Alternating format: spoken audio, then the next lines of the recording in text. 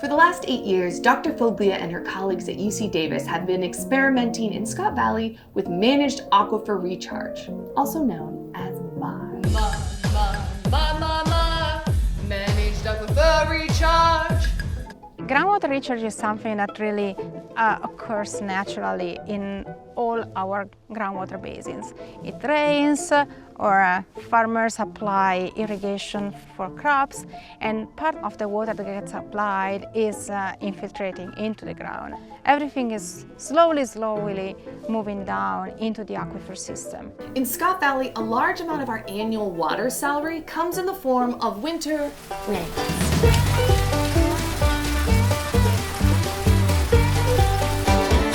Some of that rain soaks into the ground, into our aquifer account. If it snows, some of that will get stored in our snowpack account. But most of it goes down the river into the ocean. You have a good winter, everything goes up, and then you start from, let's say, a full bucket. And this is not happening every time anymore. What Managed Aquifer Recharge does is when there's enough water in the river for wildlife, it takes some of that water and puts it back on the land. It's a way to create a sort of a speed bump, so the water stops a little bit and gets released later. So it's not really changing the entire water budget. But how does this aquifer account really work? Let's see what's going on under the surface. So basically, the aquifer is really between the groundwater elevation or the water table and bedrock. Water gradually soaks down through different layers of sediment. If the groundwater is very high around your rivers, you get base flow. So the groundwater is contributing water into the river. The river is also fed by the snowpack. But once the snowpack account is empty, then the river's only source of water is the aquifer account. When that gets low, then the river starts to run dry. And it's not happening that much here in Scott Valley, but it happens in other rivers. You can have the river and the aquifer fully disconnected. Recharge is a creative way to help us manage our water budget. But how does Dr. Laura Foglia Audra can talk better than me about the geochemistry. and her team test if this actually works? Through the power of geochemistry. We're using a couple of different environmental tracers to try to understand the timing and location of interconnection between the river and then the groundwater aquifer. Environmental tracers are markers that occur naturally in water and can be tracked as they move through a watershed. Specifically, they track hydrogen isotopes and the element radon. Each one of those two types of environmental tracers give us slightly different but complementary information. For stable isotopes of water, those are going to give us more information about water source dynamics and water source contribution to the river at different times in the year. When scientists are trying to increase the flow of a river during dry seasons and droughts, the key thing they need to understand is what water sources are feeding into that river at different times of year. In order to answer that big question, they need to go small. Like really small. Like really small. Whee! We're literally looking at the water molecules themselves and the isotopes that comprise those molecules in a sample of water. Isotopes are really telling us where is the water coming from. It's not a tracer, so we don't inject anything in the water. We are just using the isotopes to give us a signature of the water. You can think of these isotopic signatures like a water molecule's fingerprints. But how do these fingerprints develop? Every water molecule is made up of 2 hydrogen atoms and 1 oxygen atom. But not every atom of oxygen or hydrogen has the same mass because they can have different numbers of neutrons. For those of you who slept through chemistry, an atom is made up of protons, neutrons, and electrons. Because of those differences in neutrons, the element oxygen, for example, has slightly heavier or slightly lighter varieties, and these varieties are called isotopes.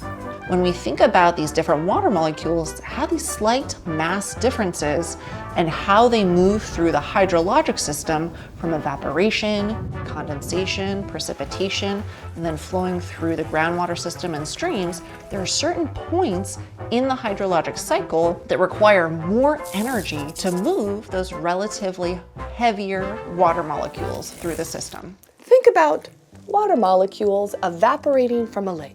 The lighter molecules are going to evaporate first because it takes less energy for them to move, while the heavier molecules are going to remain in the lake. So light molecules turn into condensation. But when that condensation turns into precipitation,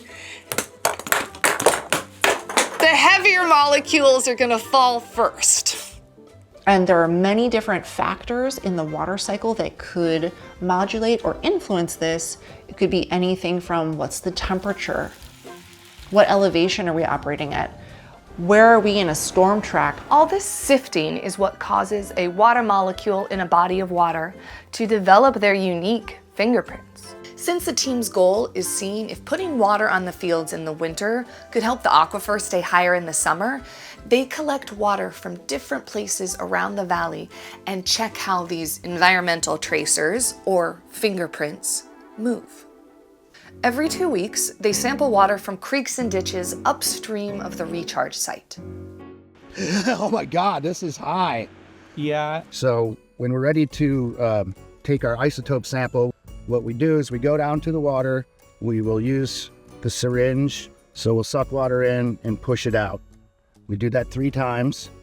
We put this little filter on, and then we'll push the water through the filter, then fill the vial with the filtered water, and then that's our sample. Then they sample water from the ground using wells.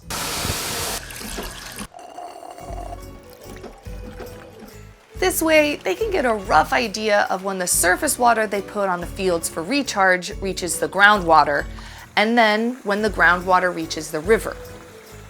We did see a transition where we went from more snowmelt, surface water dominated regime in the late spring, early summer, over to one that became more groundwater dominated later in the year. One of the biggest challenges of studying water is tracking how it moves through a system. That is where radon comes into play.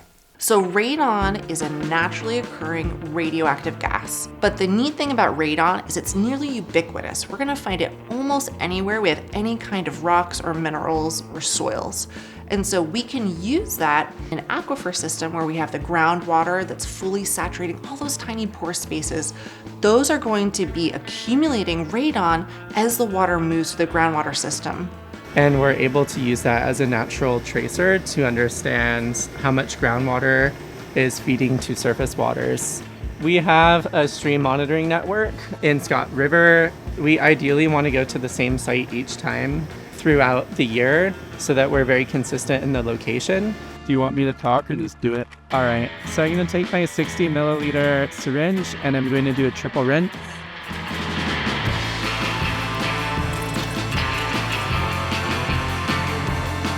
And then I'm going to dispense until I get exactly 60 milliliters. Then I'm going to take my Tedlar bag. I'm going to connect the syringe via the 3-way valve to the Tedlar bag, open the valve on the Tedlar bag, and slowly inject the sample. And that's our sample. Once all the samples are collected, they are sent to the lab where Ben works.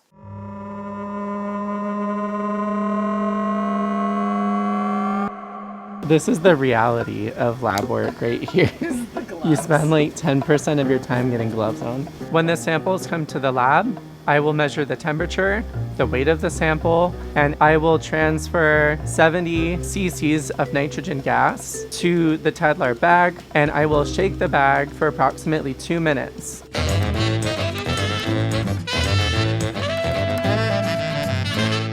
After that, I will extract the gas from the Tedlar bag to a Lucas cell, which holds the gas. I will put it into the machine behind me called an alpha scintillator. The alpha scintillator. Which will detect the decay of a radon atom. So scintillating. Water that comes from rain or snowmelt doesn't pass through rocks or earth, so it has no radon. So if there's radon in a creek or river, that means it's being fed in part by groundwater. Depending on the time of year, the Scott River will have a different mixture of snowmelt, rain, or groundwater. By tracking radon over the last 2 years, they've been able to see that the percentage of groundwater in the Scott River is higher in the summer and early fall. So when we're thinking about how to actually connect back what we're seeing in the river to the recharge activities that are taking place on the farmland, that's a trickier situation. That's why we're using these geochemical tools, these environmental tracers, in conjunction with other approaches. Those are things like the physical measurements made in the wells throughout the study area. Looking at the fluctuations in groundwater elevation and temperature, they can give us some insights as to how the water is moving from the surface applied on the fields down into the saturated aquifer zone. All this data also goes into the hydrologic model, which is a physics-based computer simulation that can test out different water scenarios. And then with the model, we can really try to nail down, okay, when is the water that we apply in a certain spot making it to the river, and when and where.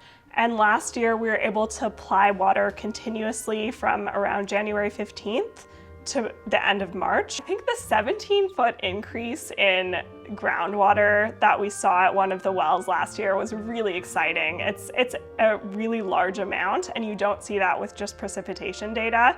And so I think the landowners can track this information too, so they can see how much their groundwater levels are going up.